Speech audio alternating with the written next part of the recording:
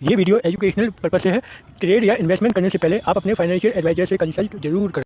Hello दोस्तों, welcome to trade with RSB. आज हम देखते हैं एक आईपीओ एनालाइज करते हैं। इस आईपीओ का नाम है विशाल मेगा मार्ट। ये आप लोगों के शहर में भी आप लोगों ने देखा होगा। तो ये इस आईपीओ का इशू साइज है 8,000 करोड़ का। ये मतलब अच्छा खासा बड़ा आईपीओ है। तो ये आईपीओ 11 दिसंबर को खुलेगा और 13 दिसंबर को बंद होगा।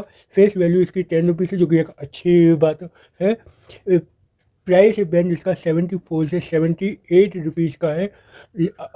अगर हम इसको अप्लाई करते हैं तो 78 रुपीज़ पर ही अप्लाई करेंगे, ना एक रुपया ऊपर ना एक रुपया नीचे। लॉट साइज 190 शेयर्स का है।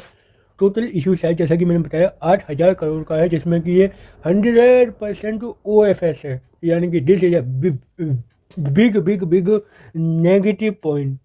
मतलब कि सारा का सारा पैसा जो एग्जिस्टिंग शेयर होल्डर हैं वो अपना माल बेच रहे हैं, कंपनी की जेब में एक रुपया नहीं जाएगा। तो ये एक बहुत ही नेगेटिव बात है। QIB का अगर इसमें कोटा देखें तो वो 50% है। रिटेल कैटेगरी 3 के लिए इसमें 35% दिया है और HNI के लिए 15% दिया है। तो अगर हम इसको अप्लाई करते हैं तो इस कैटेगरी में अप्लाई करेंगे। अब इसकी और डेट्स की बात कर लें तो अलॉटमेंट आएगा इसका 16 दिसंबर को, यानी सोमवार को। रिफंड आएगा आपका 17 दिसंबर को और शेयर भी आपके 17 दिसंबर को डीमेट में आ जाएंगे। 18 दिसंबर को फाइनल इसकी लिस्टिंग है। तो आगे इसके लॉट साइज की बात करते हैं तो एक लॉट इसका 14,820 रुपये का है और मैक्सिमम आप रिटेल कैटेगरी में इसमें 13 लॉट अप्लाई कर सकते हैं, जिनकी वैल्यू 1,92,000 के आसपास है। HNI कैटेगरी के लिए आपको कम से कम 14 लॉट अप्लाई करने होंगे, जिसकी वैल्यू 2 लाख के ऊपर आएगी। और बाकी इसमें अगर शेयर होल्डिंग पैटर्न की बात करें तो कंपनी के पास अभी 96% के आसपास शेयर होल्ड करती है, जो कि पोस्ट आईपीओ के बाद 76% हो जाएंगे। तो ये एज सच इतना ख़राब नहीं है।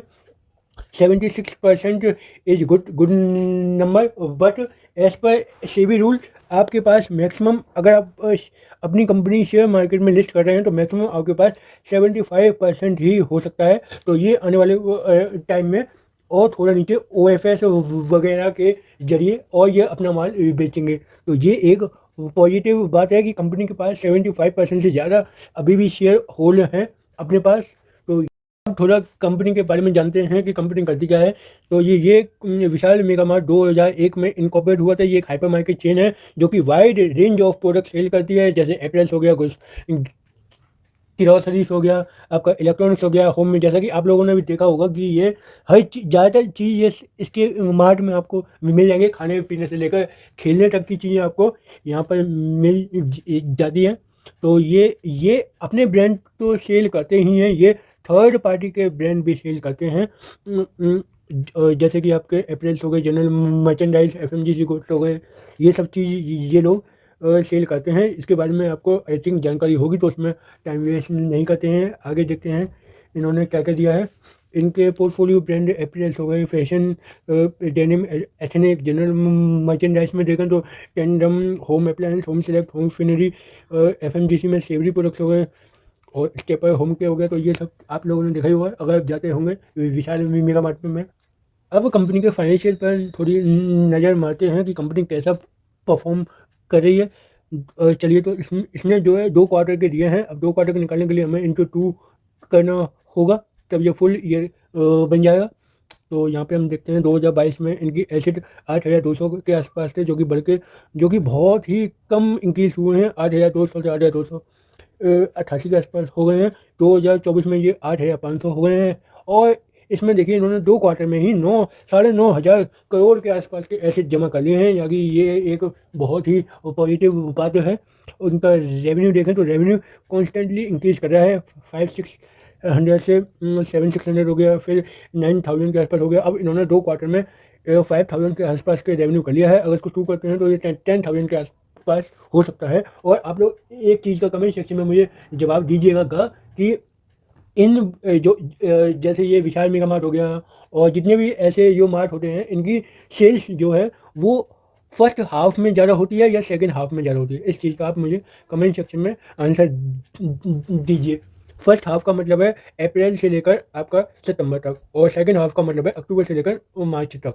तो इस चीज़ का आप मुझे जवाब दीजिए 1 और 2।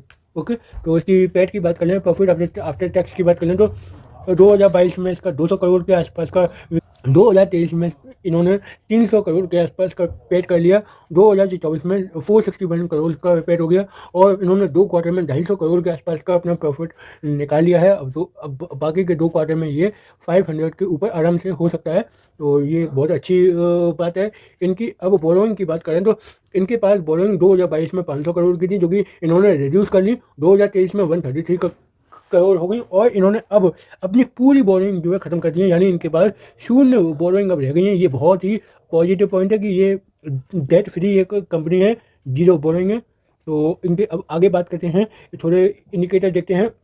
ROCE इनका 68 का है, जो कि ये बहुत अच्छा है। RONW यानी कि रिटर्न ऑन नेटवर्थ 8% का है, जो कि ये ठीक है। इनका PB की बात करें तो ये 6 के आसपास है, जो कि थोड़ा सा ही ज़्यादा है। लेकिन इनके अगर कंपटीटर की बात करें, जैसे इंडिया मार्ट हो गया, डी मार्ट हो गया, तो ये उसके कंपेयर में ठीक है, ना ऐसा इतना ज़्यादा है, ना इतना कम है। इनका अगर पेट मार्जिन की बात करें तो वो 5% के आसपास आ रहा है, जो कि ठीक है। इनके EPS की बात करें तो EPS इनका 1.3 का है, जो थोड़ा सा कम है। ये देखते हैं आगे वाले टाइम में ये बढ़ता है या नहीं। इनकी प्राइस टू अर्निंग की बात करें तो 69 की है, जो कि थोड़ी सी ज़्यादा है। लेकिन इनके अदर कंपटीटर की अगर कंपेयर करते हैं तो ये उसके कंपेयर में एक एवरेज है, क्योंकि इनके डीमार्ट की अगर आप देखेंगे प्राइस टू अर्निंग रेशियो, तो वो 100 के आसपास आपको दिखेगी। तो अब कंपनी के ऑब्जेक्टिव की बात करते हैं कि कंपनी पैसा क्यों उठाना चाह रही है। कंपनी ने बताया the company will not receive any proceed of offer for sale by the promoter selling shareholder. The promoter selling shareholder will be entitled to entirely of proceed of the offer for sale after deducting it portion for, यानी कि ये पूरा का पूरा पैसा promoter selling share holder के पास जा रहा है, कंपनी के पास 1 रुपया नहीं जा रहा है। तो ऐसा जो ऑब्जेक्टिव में इनके पास है नहीं कुछ देने को। तो अब फाइनली हम देखते हैं लिस्टिंग गेन। तो पूरी एनालाइज से हमें ये समझ आया है कि कंपनी ठीक है, कंपनी के पास जीरो डेब्ट है, एसेट बढ़ रहे हैं, पेट बढ़ रहा है, रेवेन्यू बढ़ रहा है, यानी कि हम इसे डेफिनेटली अप्लाई कर सकते हैं for the listing gain of 30 to 40%। और अगर कंपनी को, अगर आप इसको लॉन्ग टर्म के लिए आपको अगर होल्ड करना है तो आप इसको होल्ड भी कर सकते हैं। ऐसा चीज़ की फाइनेंशियल ठीक है, कंपनी के पास डेप्ट नहीं है, कंपनी जो है अपने कंपटीटर से जो है फेयर वैल्यू पर अपना IPO ला रही है। हाँ, थोड़ा इशू साइज़ इसका ज़्यादा है। अगर ये इशू साइज़ थोड़ा सा यहाँ पर 8,000 करोड़ की जगह ये अगर 5,000 या फिर 2,000 करोड़ का होता तो इसकी और अच्छी वैल्यूशन होती। और ये थोड़ा सा अगर यहाँ पर अगर फ्रेश इशू भी अगर लाते 50% तो ये एक बहुत अच्छी बात होती। लेकिन खैर कोई बात नहीं, हम इसको डेफिनेटली अप्लाई करने वाले हैं 30 to 40% के लिए। और लॉन्ग टर्म के लिए भी हम इसको हाफ, अगर हमको अलॉट होता है तो हम इसको हाफ IPO होल्ड कर सकते हैं फॉर लॉन्ग टर्म।